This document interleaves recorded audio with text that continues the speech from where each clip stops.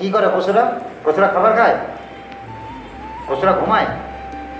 বলবেন আমার সাথে, কথা বলুন না।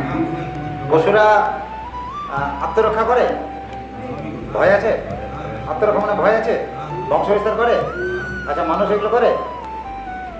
মানুষ খাবার খায়, মানুষও ঘুমায়, মানুষ আত্মরক্ষা করে, আর মানুষও বংশ বিস্তার করে। তাহলে একটা পশুর সাথে মানুষের কি পার্থক্য?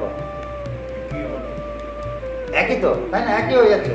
তাহলে আপনি বলছেন আমি মানুষ ও পশু, কি করে হয় এটা? দেখতে আমি মানুষের মতো, অবশ্যই আমার হাত রয়েছে, পা রয়েছে, কিন্তু ওর গঠনটা আলাদা।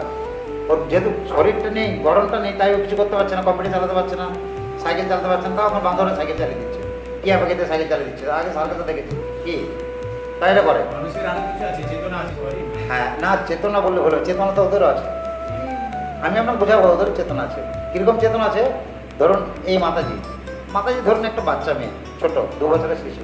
তো মাতাজি চিন্তা করলেন যে সন্ধ্যাবেলাতে ওকে একটু দুধ খাওয়াবো, তো দুধটা গরম করে ঠান্ডা হয়ে দিচ্ছে। আর এরকম জানলা খোলা আছে, জানলা থেকে বিড়ালটা বারবার মুখ দিকে তাকাচ্ছে। বিড়ালটা কী করছে? দুধটা খাওয়ার চেষ্টা করছে, কিন্তু দুধটা খেতে পারছে না। কেন? মাতাজি আছে ফ্যানটা কাছে বসে। তো ঠিক মাতাজি এই দুধটাকে ফ্যানটা চালিয়ে দিয়ে ওই ঘরে, রান্নাঘরে বাসনটা আনতে গেছে, আর বিড়ালটি টুক করে তখন ঢুকে দুধটা খেতে চলে গেল। তার এই বিড়ালটা তখন আসেনি কেন? ওর চেতনা রয়েছে, ওর বুদ্ধি রয়েছে। মানুষের তো বুদ্ধি আছে, ওরা ওদের বুদ্ধির মতো চলে, আপনি আপনার বুদ্ধির মতো চলে। এমন একটা জিনিস মানুষের মধ্যে বর্তমান, যেটা পশুর মধ্যে নেই, সেটা হচ্ছে ধর্ম। ধর্মই তেসাম অধিক বিশেষ ধর্ম নাহি না পশুভের সমান। যদি কোনো মানুষের মধ্যে ধর্মের উদয় না হয়, সে কার সমান? তাহলে ধর্ম গ্রহণ করতে গেলে কী করতে হবে? আমাকে শাস্ত্রের আশ্রয় গ্রহণ করতে হবে। শাস্ত্র কী বলতে দেখতে হবে, কারণ ধর্ম কোথায় বলা আছে? শাস্ত্রে বর্ণনা করেছে ধর্ম। ধর্মটা এসছে কোথা থেকে? ধর্ম সাক্ষাৎ ভগবত প্রণীত, ভাগবতে বর্ণনা করা আছে। ধর্ম সাক্ষাৎ ভগবান থেকে এসছে। কেন? আমরা তো এটা যদি টিভি দেখেছি, টিভিতে আমরা এটা দেখেছি, যদা যদাই ধর্মস্য গ্লানির ভবতি ভারত, একটা শ্লোক পেয়েছিলাম না? অভ্যুত্থানম মদৎমস্য তদাত্মনম ত্রিজাম্যহম, পেয়েছি না?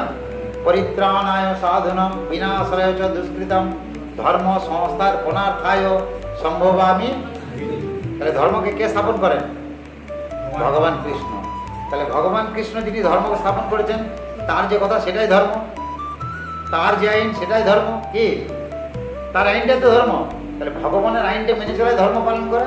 যখন আমরা শ্রীমদ্ ভগবদ গীতার উপদেশ শ্রবণ করব, তাহলে ধর্ম শ্রবণ করা হলো। যখন একটু একটু করে পালন করার চেষ্টা করবো, তাহলে পালন করা হচ্ছে। তাহলে আমরা কি ভগবানের কাছে চলে গেলাম না ভগবান থেকে দূরে চলে গেলাম? তাহলে আমাদের আর দুঃখ থাকবে না। দুঃখের কারণ ভগবানকে ভুলে আছি, তাকে ছেড়ে আছি।